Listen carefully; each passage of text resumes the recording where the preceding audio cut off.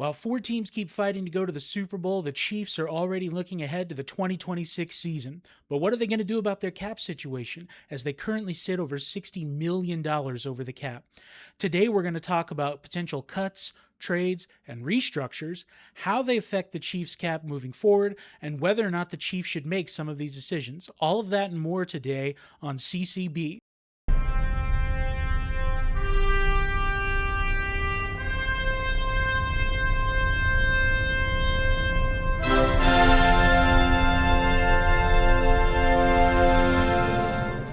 Hello, everyone, and welcome to Chiefs Coast Bias. I'm your host, the great Malgore, the one and only. And today we're talking about the 2026 cap situation for the Kansas City Chiefs. In a bit of a dire situation, but is it as bad as it looks? We all know that teams can go through sort of that cap magic, where we see teams like the New Orleans Saints over the years somehow coming into the offseason always so far over the cap, managing to find a way to get under. But we've also seen the long-term implications of something like that and how it can negatively affect a team as it builds moving forward. That all being said, I've actually gone through a bit of change in my thinking with the Chiefs' approach. I was very much have always been in the belief of, I don't want to call it the money ball aspect because that's so common in the NFL now that it's not a very unique perspective, but the idea that you have to maximize the value on your team at all time, that draft capital is precious because those are low cost controlled contracts that you have for multiple years, and that free agents are very expensive and second and third contracts are very expensive. So you have to be incredibly selective. I've been critical of things like the Nick Bolton deal, $15 million a year, the Chris Jones deal, over $40 million a year. Not because these players are bad by any means. In fact, I think they're both quite talented. But when you're talking about the cap and free agency and second and third contracts, you're not just talking about the talent of the player. You're talking about the value that you're paying out that player. Remember, the cap is a zero-sum game. You have to keep as many draft picks and you have to dump players even if they're very good, and you just have to draft well and be selective with reasonably priced free agents. Even though reasonably priced free agents are hard, they call it free agency, but there ain't nothing free about it. I've always joked that you might as well call it, overpaidancy. But I've kind of gone a little retooling of the way I think about it. This isn't to say that I no longer value draft picks and that I no longer value making sure that you have long-term cap stability, but it's a little bit different now because of the situation that the Chiefs are in. Patrick Mahomes just had his age 30 season, turned 30 in the middle of the season. And it's hard to believe, but we're already over halfway through his career, in my opinion. Let's say that Patrick Mahomes plays until he's 37. And I do think that's a kind of generous reading of it because Mahomes has clearly already made a lot of investment and business decisions to set himself up for a post NFL career lifestyle. So I do think that he is preparing himself for life after football. I don't think this is a guy that's going to play till he's 42, 43, 44 years old like Tom Brady did. So let's say 37. That gives us 7 more seasons of Mahomes. And I even think that that's being generous. If I had to give the most probable number, I would say probably his age 36 season will be his last season, which gives us 6 more years of Mahomes.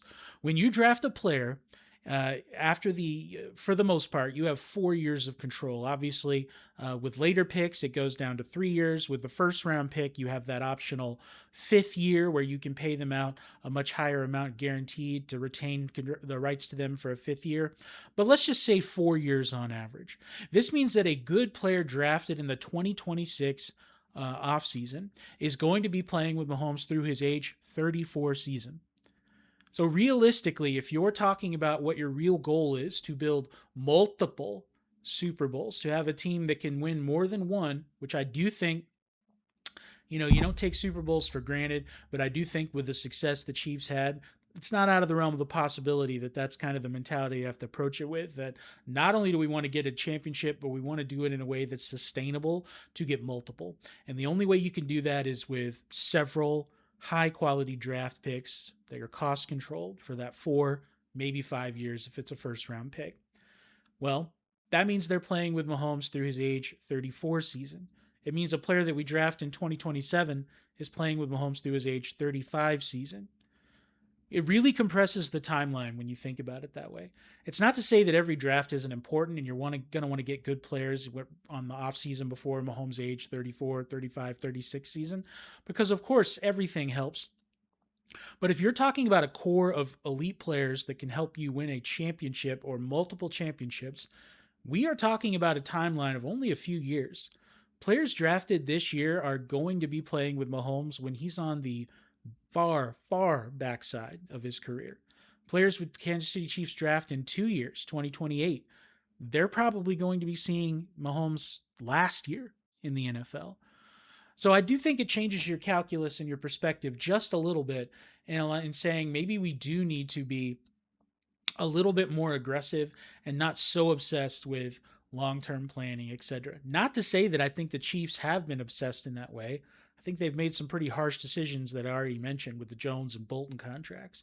But the winding down of Mahomes' career, which we do need to start talking about. Not he's still in his prime, assuming he can recover from this injury, but retiring at 36, that's, 6 more seasons. It goes by a lot faster than you think. Just think of how quickly this has gone by from 2018, his first year as a starter, through 2025, went by in the blink of an eye. So the position of Mahomes for me is one reason that I've kind of changed and said, still value the picks, still set yourself up for cap success, but don't be afraid to take some risks. And you just have to pay, they have to pay off. But for me, that's true in any situation, whether you're taking risks or not. Your team's only going to be good if the decisions you're making about the players that you acquire actually pay off. If the Chiefs don't hit on players, then I don't really care if we're talking about 9 draft picks versus 7. Now, it does change your margin for error. The more shots that you have, the better off you are. And I do believe in maximizing those shots. But as far as paying a free agent, maybe even an older one, to come play for 2 years, as far as giving out some extensions, I'm a little more flexible on that than I was. The second reason I'm more flexible on that has to do with Coach Andy Reid. He's already, if he wins another playoff game, going to be one of the oldest coaches in NFL history to win a playoff game. I believe only 3 coaches have won a playoff game at an age higher than Reid, and one of those, Pete Carroll. So we don't know how much time we have left with Andy Reid as far as a coach goes. I think he's going to coach until he's physically unable, and he's certainly been granted that leeway with the team. But any of us who have aging parents, aging grandparents, we know that those kinds of physical declines are often very sudden when you're at that age. So I don't think we can take for granted that Andy Reid's going to be around for a long, long term. In fact, I would be a little surprised if he made it all the way to the end of Mahomes' career. Let's again say Mahomes goes to 37. That would be 7 more seasons. Andy Reid is 68 years old. That would mean he's coaching until he is 75, and I'm just not seeing that. So there's no guarantee that the Chiefs are going to keep winning when they move on from Andy Reid, even if they still have Patrick Mahomes playing at a high level. So Andy Reid, I think realistically, maybe 3 more years that we could count on. That's not to say he won't go beyond that, that we could count on. So when we think back to the draft window that I was discussing before, how with Mahomes, you're really talking about this draft and kind of the next 2. Some of those players will be here all the way through his career. If you're going to make a run at multiple titles, you have to get the nucleus in that time frame. Even more compressed for Andy Reid, where I think players we draft this year are going to be with Andy Reid through his final season. So it makes this draft incredibly important, but it also means that maybe when it comes to things like swinging at free agents, it's okay to pay big money for some short contracts, even if you have to extend them out, maybe with some void years or with some years where it's easy to cut them, but we're still dealing with a portion of their salary as a cap hit moving on. I just wanted to give that perspective so you kind of know my mentality going into our discussion of the cuts, potential trade, and the restructures and how they're going to affect the Kansas City Chiefs salary cap. So with that, let's move on and talk about the current cap situation and some of the cuts and how they'll affect the 2026 salary cap for the Kansas City Chiefs. So our 2026 cap, right now the Chiefs are $63 million in the hole, which is a crazy number. That's How many players can you get for $63 million? Well, that's three $20 million free agents.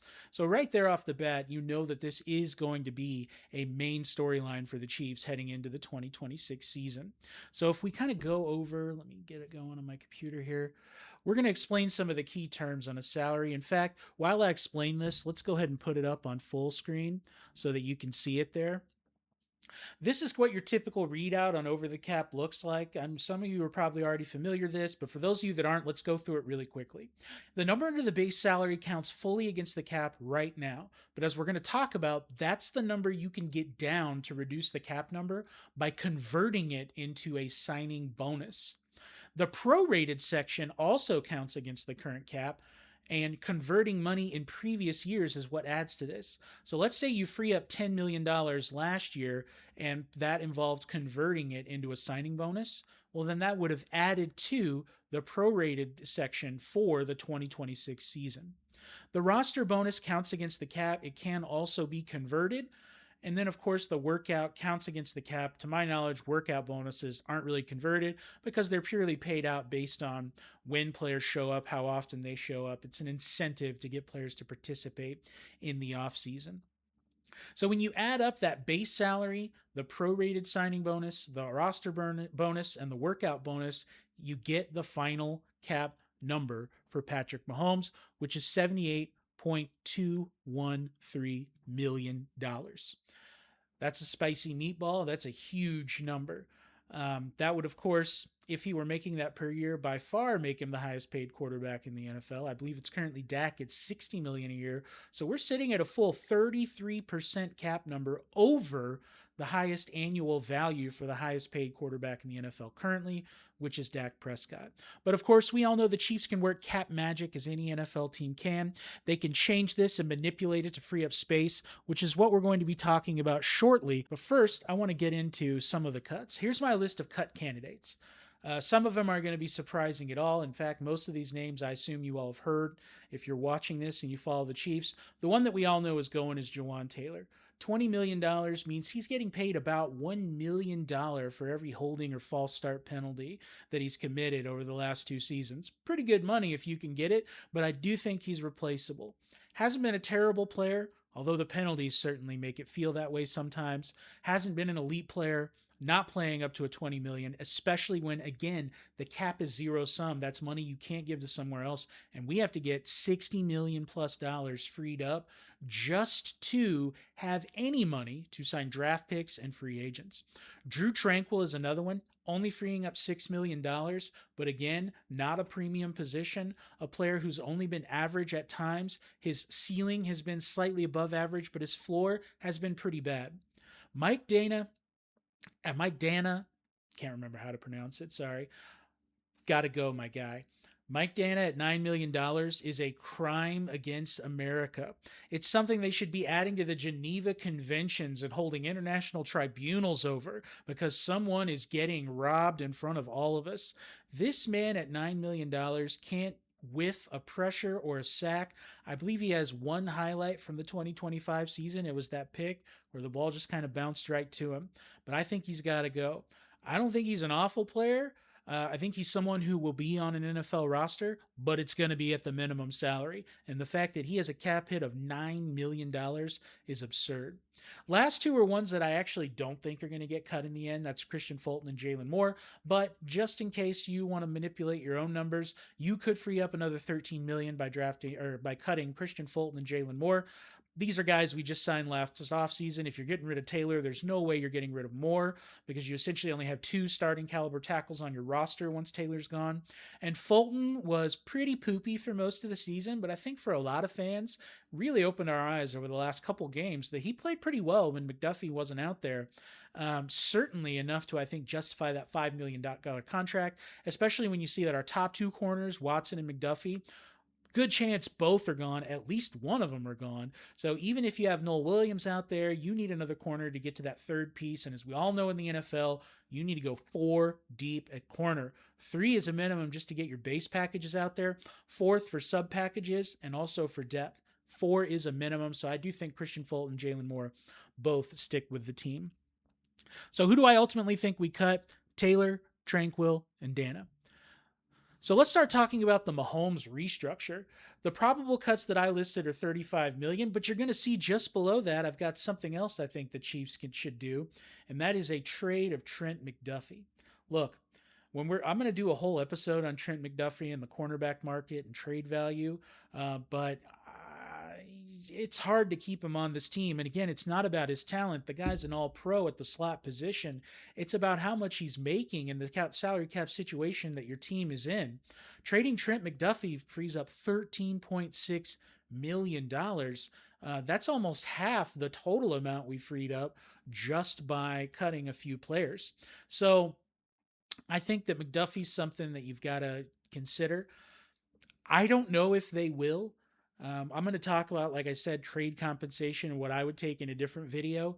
But the way the Jones contract is set up, where that huge number is going to be coming off the books, the Bolton contract that you can get out of, you can pay McDuffie big time money and structure it in a way so that his cap hits aren't really coming back on the Chiefs until some of those other recent extensions are off the team.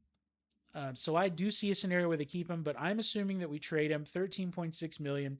It's too much, especially when you can get, I think, 2 picks in the top 100 in exchange for McDuffie. I will take that every time. So this gets us to our new 2026 cap space of, in the hole, $14.4 million. So the Chiefs are still struggling a bit there. Let's take a look at Mahomes' current contract, thinking about the numbers that we went over when I showed you what each of them mean. Base salary, prorated signing bonus, and cap number. I cut out the roster bonus and all that, but I still have the final cap numbers so that you know the total. But I just didn't want to clutter this up. So this is what we're looking at right now. Massive cap hit for 2026 and 2027. But you see on 28, 29, 30, and 31, very reasonable cap hit. So here's how a restructure works.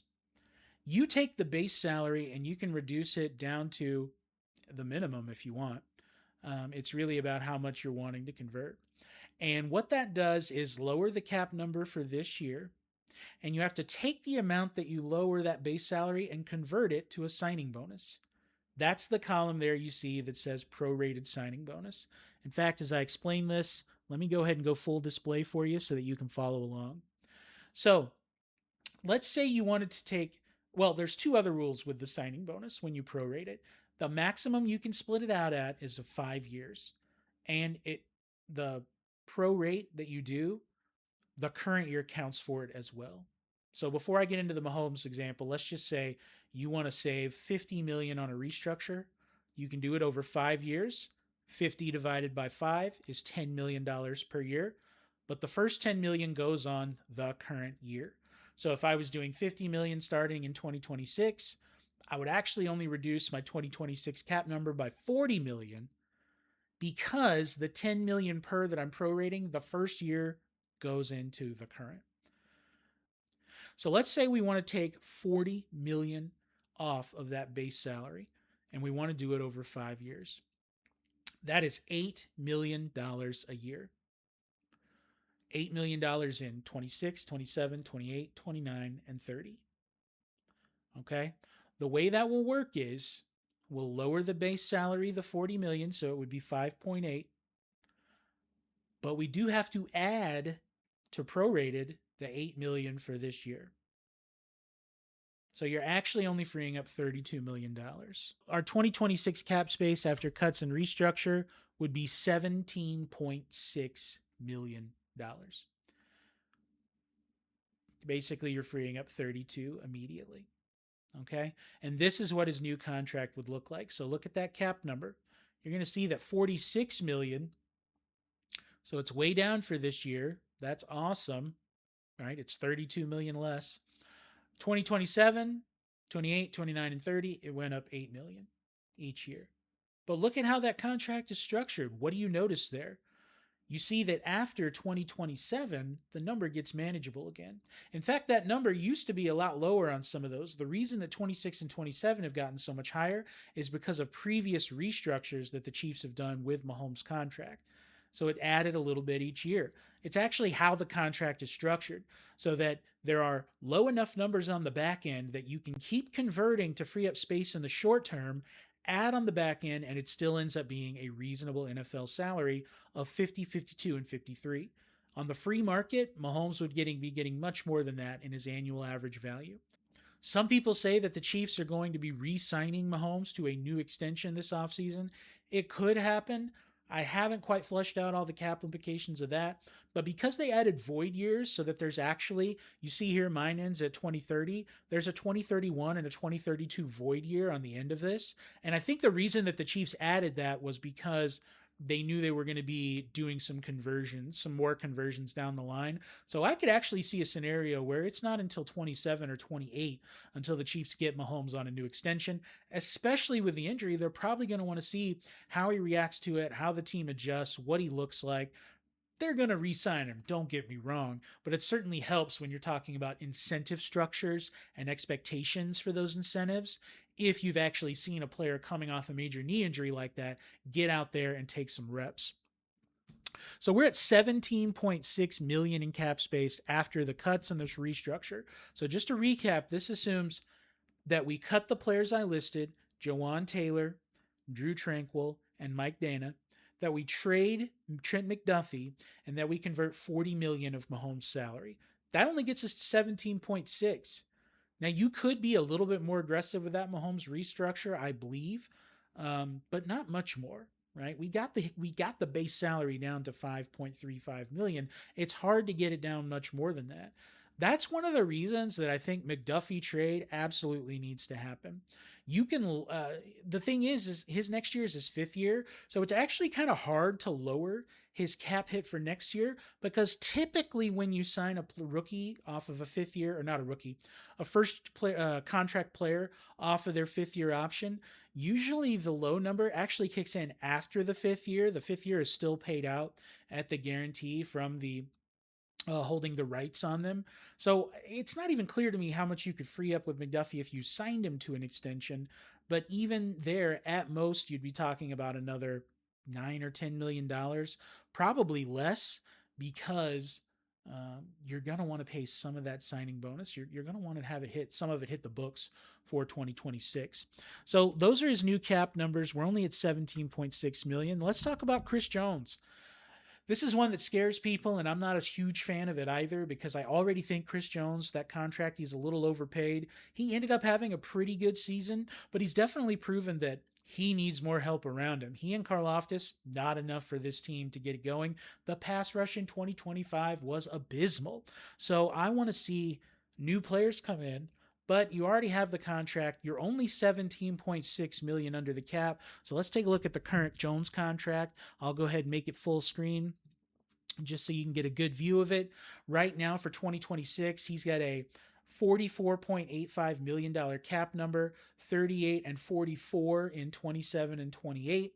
But as you can see, I included on this one dead money and cap savings because it kind of shows you how much would we save on the cap if we cut Jones. So we can't cut Jones in 2026. It's actually going to hurt you and take another 19 million off the cap. Looking at this number, obviously the Chiefs can't afford that. But in 2027, you can cut him, save 18 million. In 2028, 35 million. So that's the current Jones contract. Let's take a look at the next one. So remember, we're at $17.6 million in cap space after the cuts, the trade of McDuffie, and the Mahomes restructure. We can get to 27.6 if we structure $10 million from the Chris Jones deal. So when we look at the current Jones contract, if I wanted to save $10 million, I would take his base salary down to 9. That would prorate the $10 million over 3 years. So that'd be 3.3 million in 26, 27, and 28. Which means his cap number is not going to go down 10 million. It's not going to free up 10 million. It's going to free up 10 million minus the 3.3 that's being stacked onto the current year. So let's take a look at that and what they look like in terms of the cap and his contract value. We're going to just go here. So now we've got 24.27 in cap space freed. Still not ideal, but at least enough where you can sign your draft class, maybe one impact free agent, because remember, you sign a free agent that's going to make 25 million a year, they're not going to hit your cap for 25 million in the first year. You're going to do a lot of what we've seen with the contracts I've been looking at with you, where the first couple of years the number's lower and then it balloons on the back end. One of the reasons they do this is because just the cap goes up every year. So, as a percentage of your total cap, even though the number is higher, the percentage isn't quite as affected as it otherwise would be, especially since the NFL is clearly looking to tear up some of those TV deals, negotiate new ones.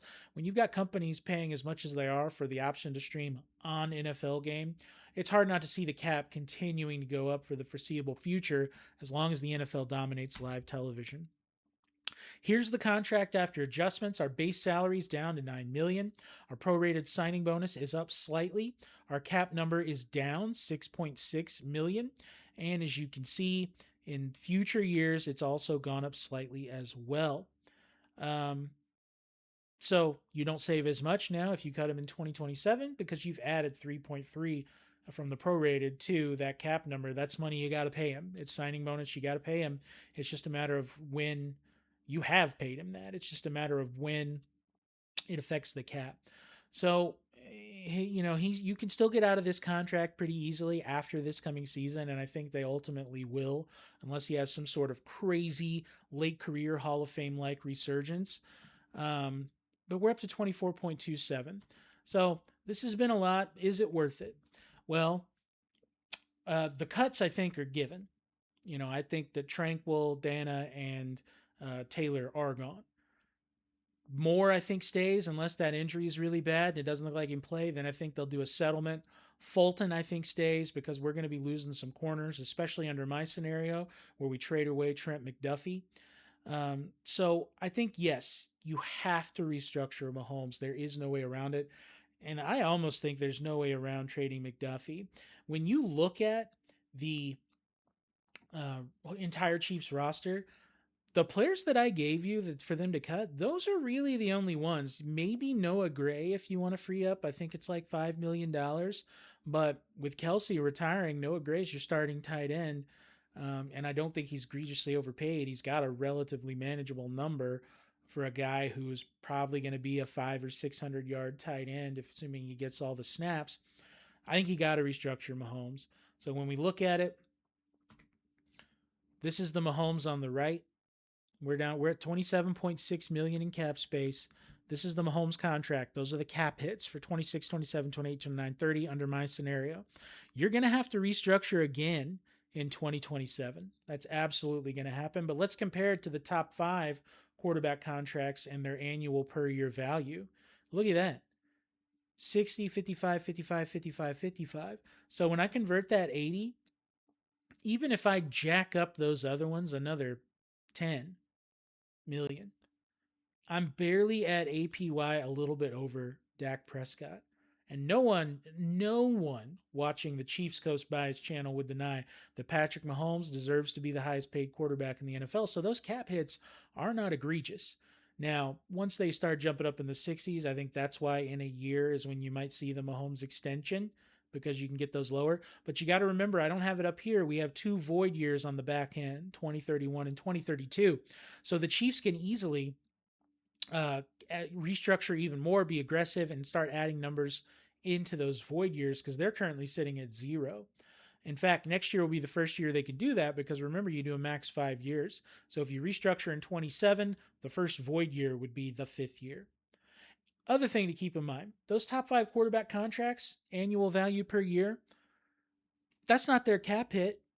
No, no, no, no. Their contracts are very similar to Mahomes, where in the first couple of years of them, the cat hit was lower. It's just the average over the length of the contract that's $60 million a year for Dak.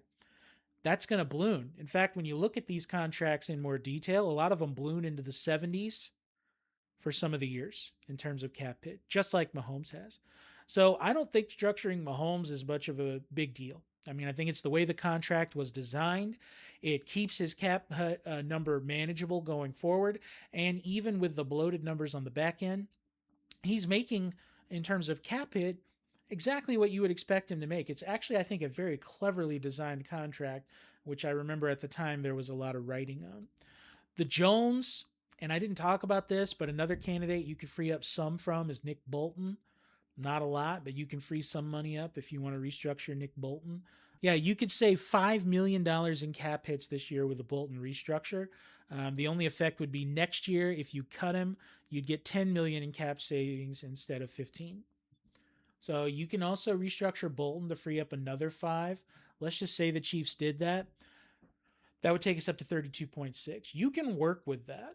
I'm going to talk more about the state of the roster in future videos, but I don't think that this team is in such shambles that you can't do what you need to do to be competitive with 27 to 32 million dollars. You absolutely can. It's just going to require the same magic sauce it does in any scenario, which is you've got to hit on your draft picks. So to me, it's worth it. I think it's what the Chiefs should do. So I hope that this has given you some insight into the state of the 2026 Chiefs, the moves that they might make in terms of salary cap, restructures, trades, how those work. And if you get on over the cap, now that you kind of know how restructures work, it really gives you a lot of insight into when the Chiefs sign a player to a contract. How's it actually affecting their cap over the long term? Is it going to be causing a lot of pain on the back end? Does it give the team flexibility so that even when they move some of those numbers around, the cap hits are manageable? It's really an eye-opening thing to see the way that a lot of NFL teams structure these contracts and work their magic. But I think we all know that regardless, the Chiefs need as much cap space as possible. The Mahomes restructure is coming. The cuts are coming.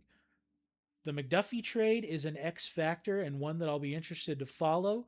And it's going to be exciting times for the 2026 offseason. I hope you've enjoyed this video. I hope you've found it informative. If you've gotten any value from it whatsoever, please like, subscribe, help me get the word out so that more than just a dozen of my friends I can convince to watch these. Start giving it a view. I'm hoping to keep Chiefs Coast Bias going. This is just a passion project for me with more videos in the future. Not only that follow Chiefs news, but to try to dip down into the numbers a little bit more so that over time we get more Chiefs knowledge, more Chiefs discussion, more talk of the best team in the NFL, the modern day dynasty. So that's it today for Chiefs Coast Bias. I hope you have a fan-flippin-tastic day.